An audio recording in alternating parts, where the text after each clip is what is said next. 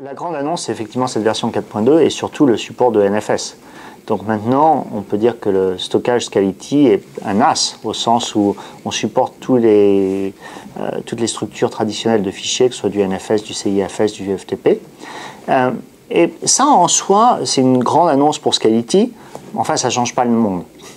Mais là où ça change le monde, c'est que notre NFS bénéficie de tous les avantages scale-out du stockage Scality, donc tous les avantages du cloud, en fait.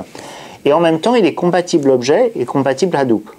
Ça veut dire qu'on peut continuer à stocker ces fichiers de la même façon que d'habitude, sans changer les applications métiers, et en même temps pouvoir relire ces fichiers avec une interface objet ou une interface CDMI, et en même temps, mais peut-être dans 10 ans, décider de lancer un batch Hadoop pour aller chercher une petite aiguille dans la boule de foin.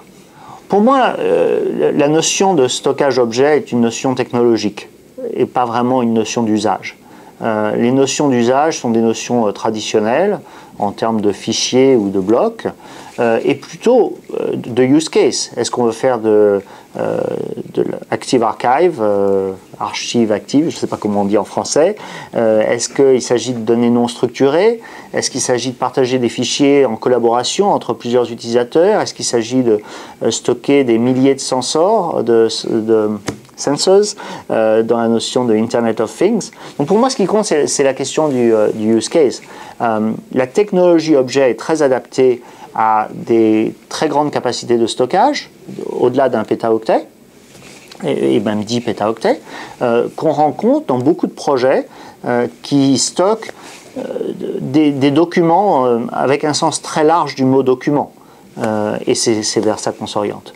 Beaucoup d'Active Archive actuellement, comme la donnée peut être réutilisée avec Hadoop de multiples façons, et qu'il y a de plus en plus de façons de valoriser les données, les gens ont envie de pouvoir stocker les données, une façon de pouvoir les accéder directement et pas simplement sur bande où les temps d'accès sont très longs. Vous savez qu'on a levé 22 millions de dollars au mois de juin dernier.